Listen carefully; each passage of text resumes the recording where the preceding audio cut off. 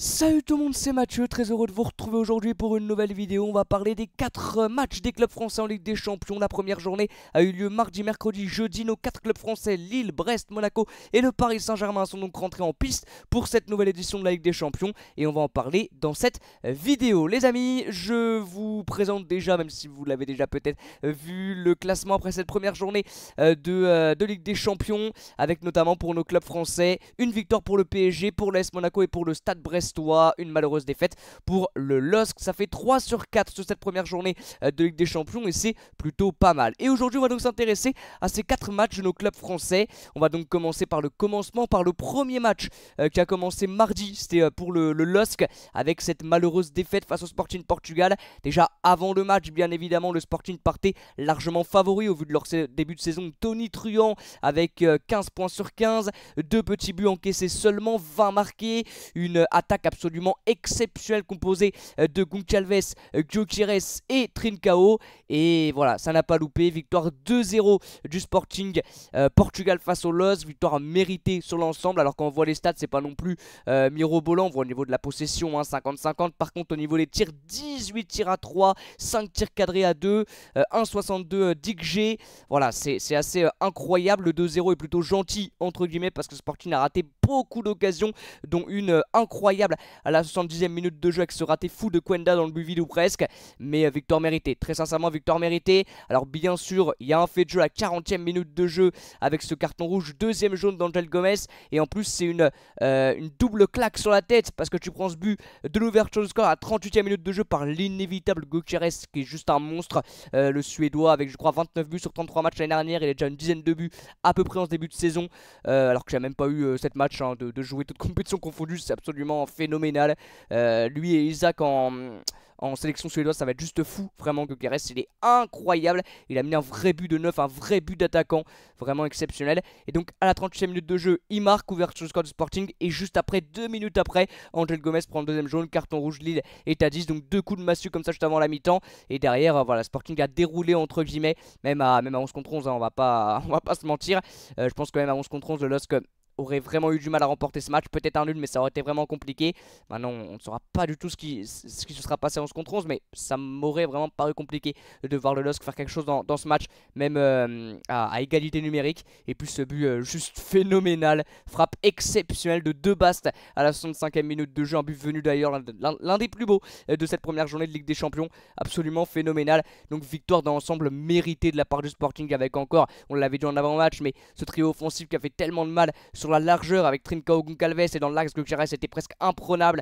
Incroyable match encore de la part de Gyökeres. Et en face, malheureusement Zegrova n'a pas réussi à avoir cette force technique, physique, l'impact qu'on connaît de Zegrova pour pouvoir vraiment gêner cette équipe du Sporting. C'était beaucoup trop costaud en face. On a eu une bonne grosse occasion de Rémi Cabella vers, je sais plus, la fin de match qu'il a raté. Ça aurait fait 2-1, ça aurait peut-être remis un petit peu le doute dans la tête du Sporting, mais dans l'ensemble c'est une victoire largement méritée de la part du Sporting. Absolument rien à dire. Attention au LOSC, face au prochain match, c'est face au Real Madrid. Bon, ça va être compliqué de chercher une victoire, donc 2 matchs, 0 points, ça va être compliqué pour la qualif ou pour le barrage. Et bon, après on va pas crier défaite trop tôt, on va pas dire que le match est perdu avant de l'avoir joué. On va continuer avec le match du Paris Saint-Germain. Cette fois-ci ça a été une victoire, mais une victoire quand même compliquée qui arrive à la 90e minute de jeu avec ce but contre son camp de Gazzaniga, le gardien de Girona, l'ancien gardien de Tottenham, la doublure de Hugo Lloris quand on était encore du côté des Spurs. Et donc défaite de Girona pour son premier match de son histoire hors Espagne, premier match européen pour Girona. Alors, première mi-temps catastrophique, on va pas se mentir, voilà, vous l'avez déjà dû l'entendre bien évidemment partout. Première mi-temps du Paris Saint-Germain catastrophique, peut-être l'une des pires sous l'ère Luis Enrique. Mais deuxième mi-temps un peu mieux, ils ont réussi à se créer beaucoup plus d'occasions, à être plus dangereux. Il y a un gros problème dans la finition parce que j'ai eu des occasions absolument phénoménales. Et ils marquent grâce à l'aide du gardien de Girona, avec notamment Dembélé qui a raté d'énormes occasions, dont sur un contre 1 où il y avait Barcola à gauche tout seul. Enfin il y a eu beaucoup d'occasions ratées. Maintenant on le voit dans l'ensemble, c'est une victoire vraiment méritée. 26 tirs, 5 tirs cadrés, 64% de possession, 2,10 d'XG. Enfin c'est une victoire largement amplement mérité. Maintenant Girona, ils ont fait ce qu'ils avaient à faire. Premier match de Ligue des Champions de leur histoire à l'extérieur face à un favori peut-être même pour le titre, on va pas se mentir, en tout cas pour le dernier carré de la LDC. Ils arrivent au Paris Saint-Germain, pour moi sans pression, ils mettent le bus. C'était le PSG qui avait la pression bien sûr, imaginez ils perdaient contre Girona, ça aurait été vraiment catastrophique. Ils ont mis le bus, voilà, ils ont joué un bloc bas et c'est normal. Et le Paris Saint-Germain a vraiment eu du mal, surtout en première mi-temps, on va pas se mentir, avec déjà beaucoup de choses qui n'allaient pas par rapport au début de saison en Ligue 1 qui est très très bon, avec notamment cette connexion Hakimi-Dembélé qui n'a absolument pas fonctionné sur ce match là. On a eu un milieu de terrain avec l'absence de João Neves qui a été un petit peu compliqué, surtout Fabien Ruiz qui a pas fait un énorme match. Quand João Neves est rentré, ça a été beaucoup mieux au milieu de terrain. Barcola, dans la lignée de son mauvais match contre Brest, a également pas été énorme contre cette formation de Girona. C'est une chose qui se blesse très très rapidement, 39e minute de jeu, alors qu'on voyait qu'il était assez bon.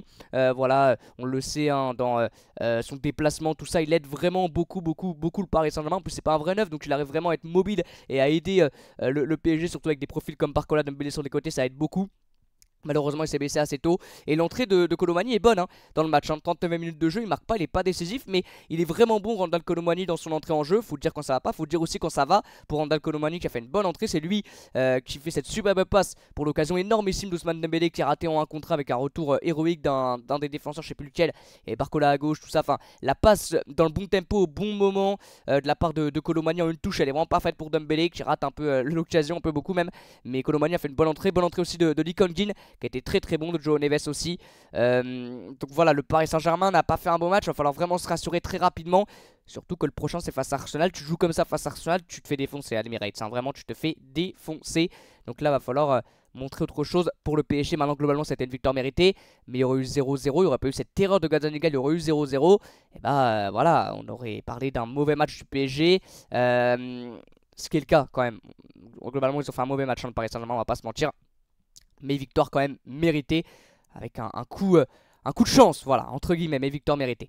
On continue avec les deux derniers matchs, et les deux derniers matchs, c'est de toute beauté. C'est deux surprises, on va pas se mentir, avec déjà la belle histoire. Le Stade Brestois qui eux aussi jouaient la première rencontre de leur histoire en Ligue des Champions face à Sturm Graz au Roudourou. C'était malheureusement pas à Brest, à Francis Leblay. Victoire 2-1 du Stade Brestois, but de Magnetti, très joli but à la 23e minute de jeu, but d'Abdallah Sima, l'ancien d'Angers, l'ancien de Brighton, à la 56e, joli but aussi de la part d'Abdallah Sima. Bel enchaînement dans la surface de réparation, de joli but de la part de Brest. Et ce but juste avant la mi-temps, malheureusement contre son camp de Fernandez, pour les Autrichiens qui, on le voyait, ont amené ils sont expérimentés par rapport à Brest. Ils connaissent bien évidemment les matchs de Ligue des Champions et les matchs européens à grosse intensité. On voyait dans la profondeur, dans les contre-attaques, dans la transition offensive, c'était vraiment intéressant. Sturm Graz, ils ont posé beaucoup de soucis dans la profondeur à Brest, qui a été plutôt costaud. J'ai vraiment beaucoup aimé globalement le match du Stade Brestois. On voit au niveau des stats, ils ont vraiment été très intéressants les Brestois. Et j'ai par moments, quelques phases de jeu, retrouvé personnellement le Brest de l'année dernière, le Brest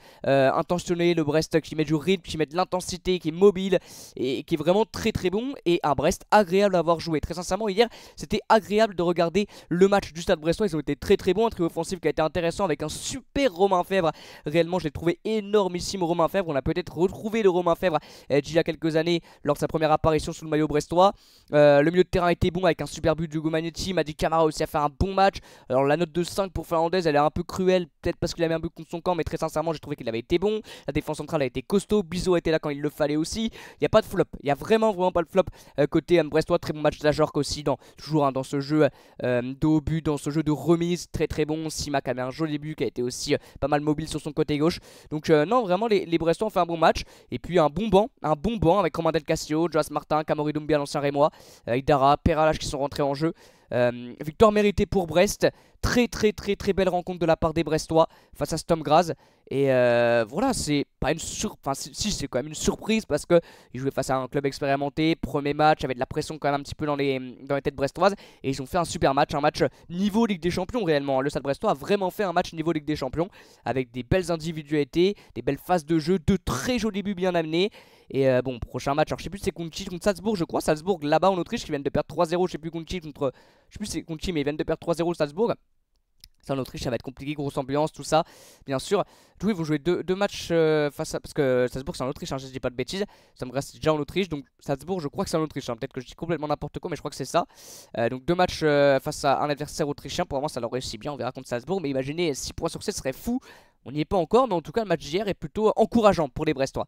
Très très encourageant, vraiment j'ai beaucoup aimé.